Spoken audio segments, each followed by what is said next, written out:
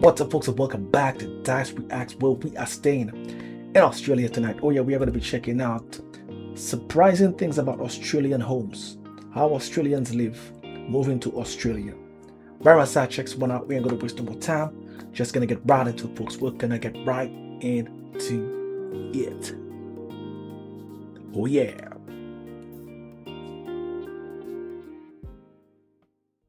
So today I thought I'd do something different and show you how Australians live, a typical Australian home. Because when people move to Australia, they often picture either beach mansions or tiny apartments, and the reality is usually somewhere in between. So if you want to know how Australians live, keep watching. Now, the first thing that you'll notice when entering an Australian home is the shoe rack at the entrance. Okay. In Australia, taking your shoes off inside is very normal. No one usually says it out loud, but you just know. And if someone invites you over, you will always ask, shoes off? And they're going to tell you. But that's a polite thing to ask. Now, if we have people over, usually that's the rule. You take your shoes off. But if they're going to be in the backyard, we usually just tell them to leave them on because they're going to have to be outside. So it depends on the context. Now let's talk about the bathroom. This is something that surprises many people new to Australia. The main bathroom, which has the sink, the shower, or in some houses, the bathtub, is completely separate from the toilet. So as you can see here, we have the toilet. And something else that surprised me is the fact that there are no bidets. They're not very common in Australia. Unlike in Argentina, for example, South America, and I know some parts of Europe. So that's another thing, the lack of bidets. That's something that surprised me when I first came to Australia. And over time, it's something that you get used to it. Yeah, that's interesting. And an interesting fact as well is that the reason for the toilet being separate from the bathroom is that traditionally, Australian houses were designed with outdoor toilets or dunnies, often located away from the main house for hygiene reasons. But when indoor plumbing became standard, the toilet was brought inside, but it stayed separate. And over time, the layout just stuck. And I guess another reason for this, in terms of practicality, is that if you live in a house with a big family, some people can use the toilet while other people, they brush their teeth or have a shower. So you don't have to basically wait for your turn, but two people can do different things at the same time.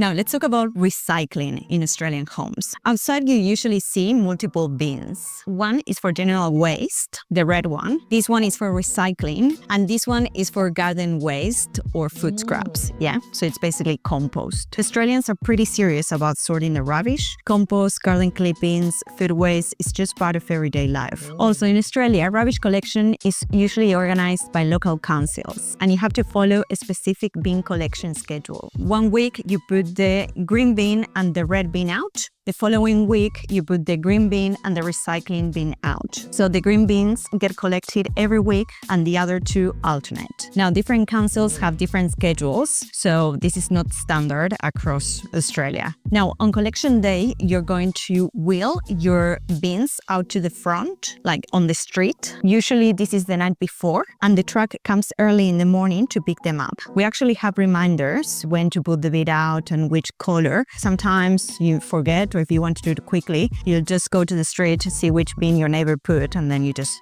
follow. That's it. So yeah, this is the recycling waste management system. I saw this in other videos, and it's just so organized, man. That's why Australia is so clean.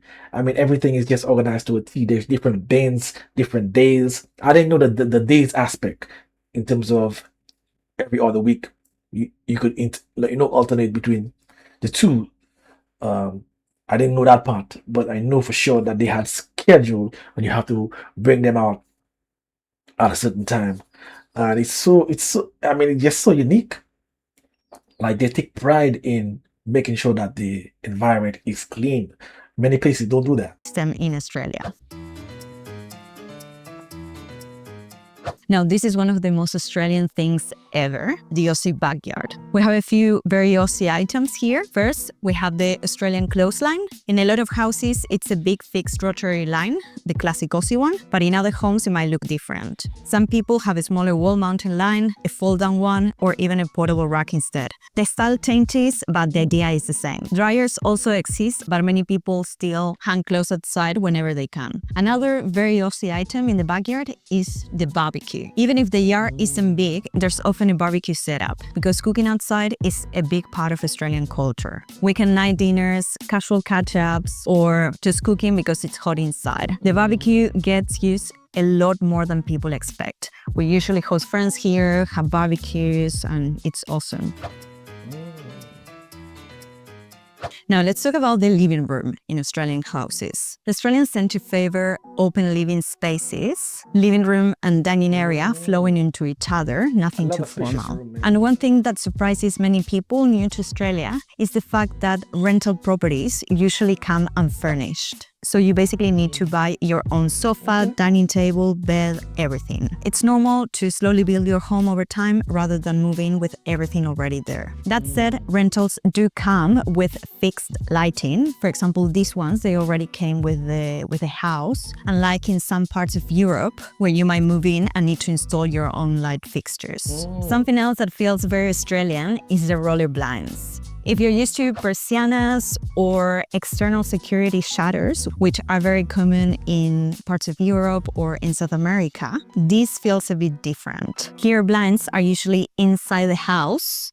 Sometimes you also have like blackout roller blinds, which are more typical in bedrooms. Now, in terms of heating and cooling, a lot of people assume that Australia is super hot and that heating isn't needed.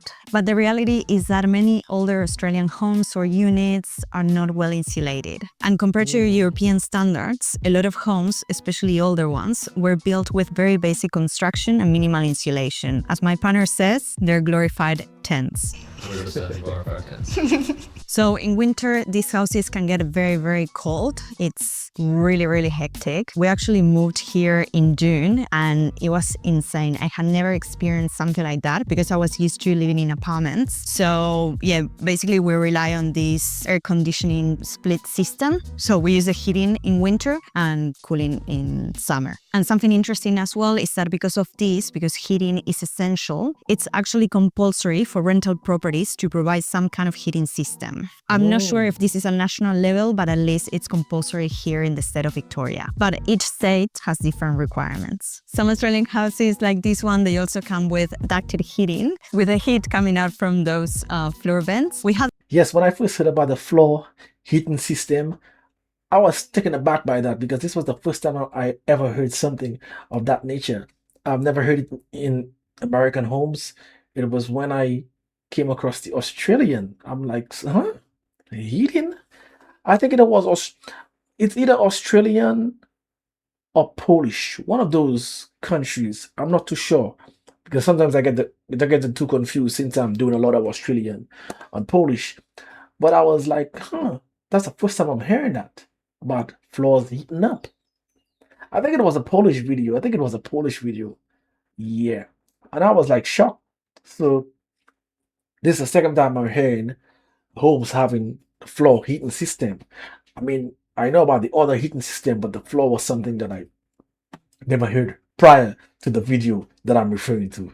The control here, if you want to see, but we don't usually use it because it's very expensive to run. Yeah, because it runs on gas, so we just rely on the split system. There is a split system unit in every room, and that's pretty good, and it does the job during winter and summer. It's much more efficient as well. Now, let's talk about Australian kitchens. Something that surprises many people, especially those coming from Europe again, is that Australian kitchens usually come with an inbuilt dishwasher as well as oven, and you don't have to build your own kitchens as well. All these cupboards and cabinets, they were already here. Same with the light fixtures, etc. Now, the only thing that you need to bring is your fridge, but then all the other stuff is included. Yeah, appliances are not included. That's something that you bring in as well. And something interesting as well, as you can appreciate, is that the kitchen here is separate from the living room and from the dining room. This is again common in older units and houses. Most modern houses here in Australia today, they have open plans basically with the kitchen integrated into the living room. Yeah. Something else that you may notice is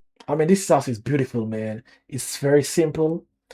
Feels, I mean, I don't know if it's modern, but it certainly feels modern. Because they were talking about the older houses, but this feels very modern, very spacious, and it doesn't look like it gets hot at all because of the spaciousness. And I just love the flooring. Everything looks so clean, crisp right there. Certainly, that's a house you'd want to wake up in every morning, man, especially when the sun is out. And Australia always has sun in my eyes. It's a sunny place for the most part. is that the washing machine is not in the kitchen, unlike again in other countries. Actually, we have a separate laundry room here. Let me show you.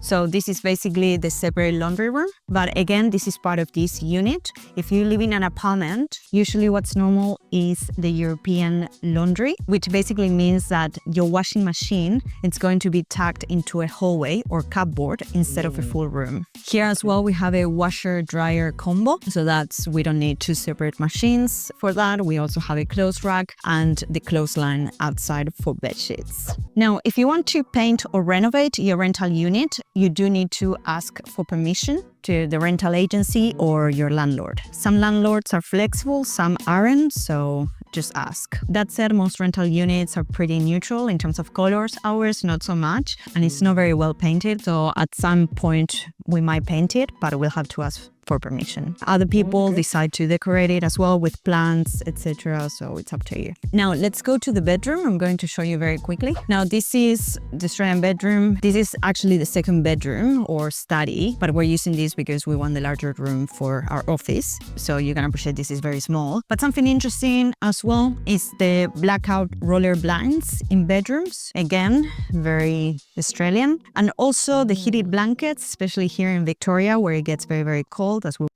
Yes, and the heated blankets was something I knew nothing about. And this was a first time for me. And I think it was a Polish video again. So she's saying that there, and it just, I remember first time hearing it, and I was like shocked because so many things that I watch are Americanized, right? American stuff. And I never heard homes having those things, you know, heating floor and all those kind of things. So it was surprising to hear it in a Polish video and not an American video. Were saying before, which is not very common as well, at least in Argentina. Heated blankets weren't common. I think now they're more and more in fashion, but not something that we used to use. So basically this is the heated blanket. We have it installed actually all year round because you never know in Melbourne. Sometimes even in summer, the other day it was super, super cold. So we needed it. And yeah. Now, another small thing that you'll notice in Australian houses is the mailboxes out the front, yeah? So because we live in a unit and also apartment blocks, they have all the mailboxes at the entrance. If you live in a house, usually the mailbox is at the property boundary, usually near the street. For small parcels or larger parcels, usually they deliver them at the door. If you're not home, sometimes they leave it at your front door, or perhaps they leave you a notice and you have to go and collect it at the post office. So yeah, that's another thing that caught my attention here in Australia. Now, in terms of costs, we are currently paying for this old two-bedroom unit. We're currently paying 570 Australian dollars per week, which is all right. And so yeah, this is a typical Australian home. Yeah, this was very interesting to see. This is the first time I'm seeing a video where it showcases Australian homes, not just about pricing and whatnot, but actually showcasing how the home itself is built and the different normal things compared to other countries when it comes to the structural part of a home. So this was very interesting to see. I've seen Polish homes, different.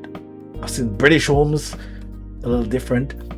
But when she was talking about the heating system on the bed, I remember, I think it has to be a Polish video where they spoke about something called a water bottle. And I thought it was talking about an actual water bottle. but it's also something that you hold in the cold when you're asleep or when you go to sleep that keeps you warm. And this was the first time I heard that one as well.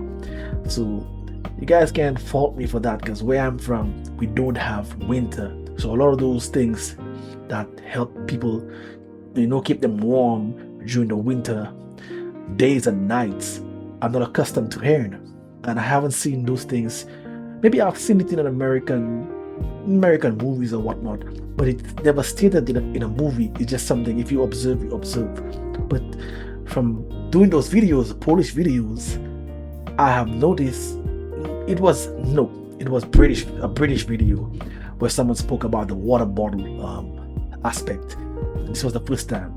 So I'm new to the winter stuff, so I might be very, very, very, very just not knowledgeable about those things. So be graceful on me, because I'm not from a cold country. If you want to see that long-term action that I do, hit me over on Dyce Reacts, where the Buzzin Reactions. This is where I'm going to be making my exit. Until next time, peace out.